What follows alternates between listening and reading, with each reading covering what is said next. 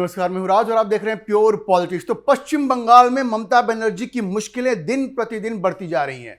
जब से शुवेंदु अधिकारी की सरकार वहां पे बनी है, ममता बनर्जी हर रोज किसी न किसी नई मुसीबत में घिरती जा रही हैं। अब उनके जो पुराने पाप हैं उनका भी हिसाब किताब हो रहा है।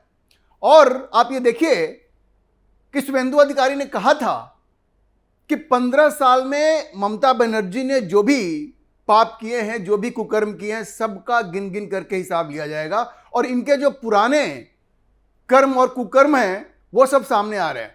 अब देखिए, ममता बनर्जी के ऊपर एक एफआईआर फाइल हो गया है और ये एफआईआर दरअसल पिछले साल का है, 2025 का है। और इस एफआईआर में उनके खिलाफ आरोप यह है कि उन्होंने सनातन धर्म का अपमान किया है। अब यह कोई बड़ी बात नहीं है। ममता बनर्जी ने तो कभी भी सनातन धर्म का सम्मान किया ही नहीं। उनके लिए दरअसल हिंदू कोई ग्रुप रहा ही नहीं। उनके लिए तो उनका पूरा फोकस मुसलमानों पे रहा। उनको लगा कि मुसलमानों का एक मुश्त वोट ले लो और हिंदू तो जातियों में बटे हुए हैं। ये जातियों में बटे हुए हैं, उनके अलग अलग जातियों का वोट ले लो। ये जो राहुल गांधी वाला फॉर्मूला है ना, उसी फॉर्मूले पर ममता बनर्जी भी यकीन करती थी, अभी तक करती हैं। लेकिन उन्होंने कुछ ऐसे बयान दिए जो अब उनके पीछे पड़ गए हैं और जिसकी कीमत उनको चुकानी पड़ रही है।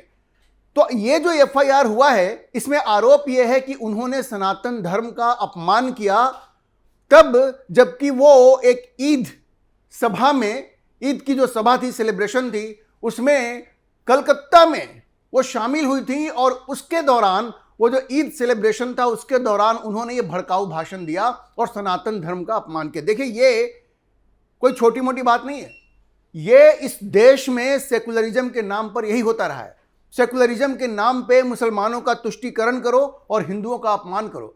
भाई, सेकुलरिज्म अगर आप मानते हैं तो ठीक है, आप ईद सेलिब्रेशन में गए, आपने ईद मनाई मुसलमानों के साथ, वो बात वहां तक ठीक है। लेकिन आपने ईद सेलिब्रेशन के नाम पे आपने सनातन धर्म का अपमान कर दिया। इसकी क्या जरूरत थी? सनातन धर्म को आपने नीचा दिखाने की कोशिश की, इसकी क्या जरूरत थी? इसकी तो कोई जरूरत नहीं थी। लेकिन दुर्भाग्य से इस देश में सेकुलरिज्म का मतलब यह हो गया है कि हिंदुओं का अपमान करो और मुसलमानों का तुष्टीकरण करो। तो यही आरोप ममता बनर्जी के ऊपर है कि पिछले साल ईद सेलिब्रेशन के दौरान उन्होंने सनातन धर्म के ऊपर टिप्पणी की, अपमान किया, ऐसी टिप्पणी की जिससे कि सनातन धर्म का अपमान हुआ और अब उनको इसकी कीमत चुकानी पड़ेगी।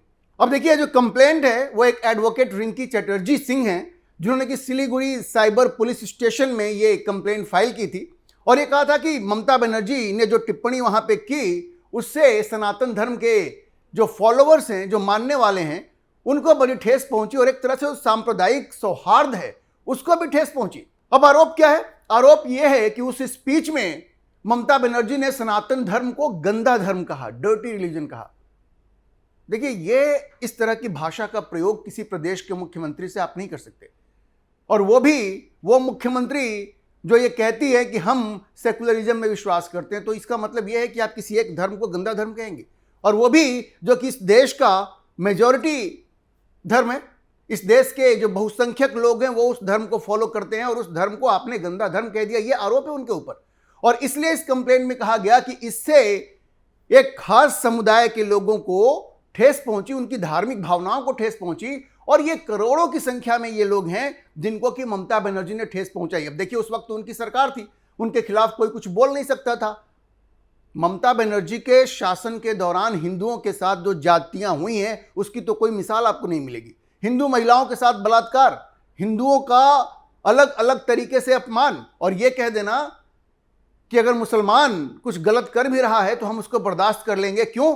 क्योंकि वो उनको एक मुश्त वोट देते हैं। और उन्होंने तुलना ऐसे की, ये कहा कि जब कोई गाय होती है और जब वो दूध देती है तो 2 लात अगर मार भी दे तो उसको बर्दाश्त करना पड़ता है। मतलब गाय, मुसलमान, ये कहां कहां से ला करके वो ऐसी बात किया करती थी। लेकिन ममता बनर्जी को शायद उस वक्त ये मालूम नहीं था, या वो भूल चुकी थी कि सत्ता हमेशा किसी के पास नहीं रहती। एक दिन वो आएगा जब वो सत्ता से बाहर जाएंगी, और जिस तरह की बयानबाजी वो कर रही हैं, एक वक्त आएगा जब उनको इसका हिसाब देना पड़ेगा, उनको इसका जवाब देना पड़ेगा। और अभी वो वक्त आ गया है। इतनी बुरी हार हुई है ममता बनर्जी की इस विधानसभा चुनाव में, उसके बाद तो हर चीज बदल गई है।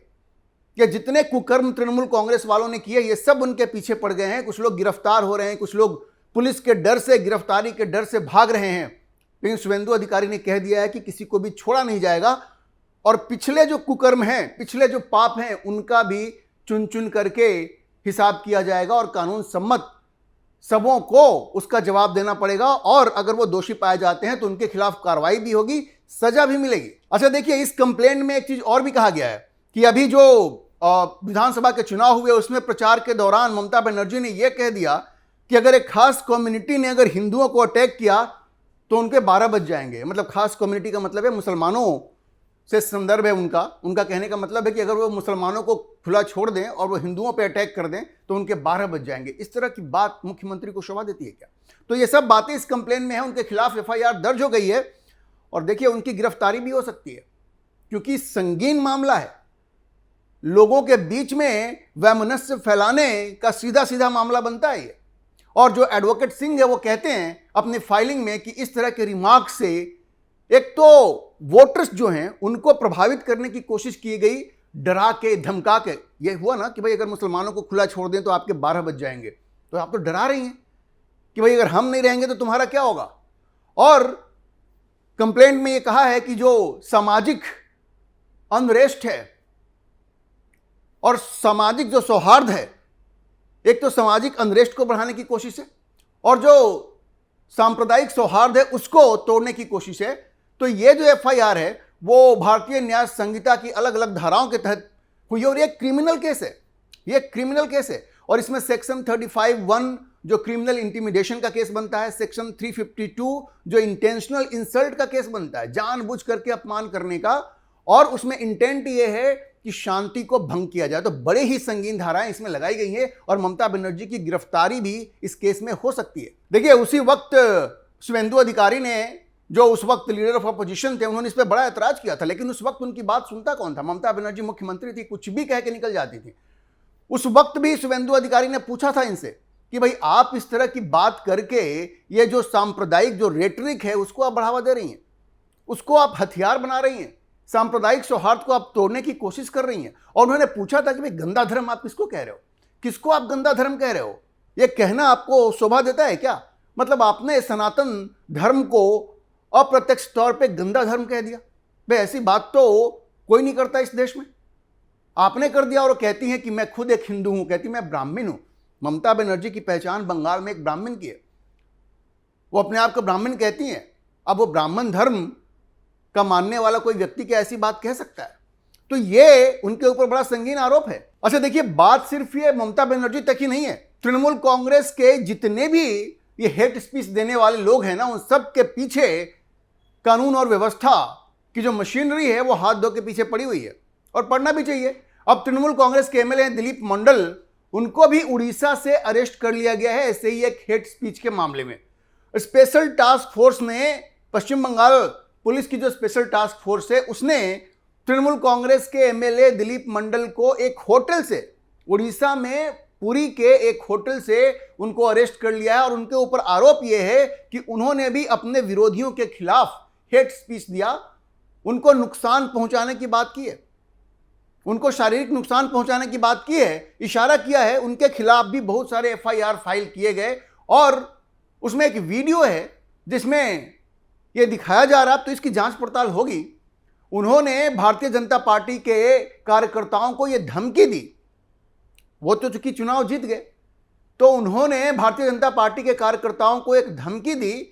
ये बरुईपुर में एक मलंगा नाम का जगह है, वहां पे 11 मई को, जिसमें उन्होंने कहा, और ये फेसबुक पे लाइव हुआ था, जिसमें उन्होंने कहा कि पिछले 15 साल में हमने काफी रिस्ट्रेंट दिखाया, मतलब काफी हम लोगों ने अपने आप को कंट्रोल करके रखा है, लेकिन अब ये दोबारा नहीं होगा। इसका मतलब आप समझ रहे हैं, वो ये कह रहे हैं कि 15 सालों में तो बड़ी शांति थी, लेकिन अब इसके आगे ये शांति नहीं होगी। अब देखिए, वो पहले ऐसे तृणमूल कांग्रेस के विधायक हैं जो कि अरेस्ट हुए हैं। पार्टी जब से चुनाव हारी है उसके बाद से वो पहले ऐसे विधायक हैं जो अरेस्ट हुए हैं। और पार्टी की तो इतनी बुरी स्थिति हुई, वो आपने देखा ही, सिर्फ 80 सीटों पे इनकी जीत हुई है, बाकी सब जगह तो इनकी हार हुई है। अब देखिए, पुलिस का कहना है कि जब इनके ऊपर FIR हुआ तब से ये एब्सकॉन्डिंग थे, ये भूमिगत हो गए थे, अंडरग्राउंड हो गए थे।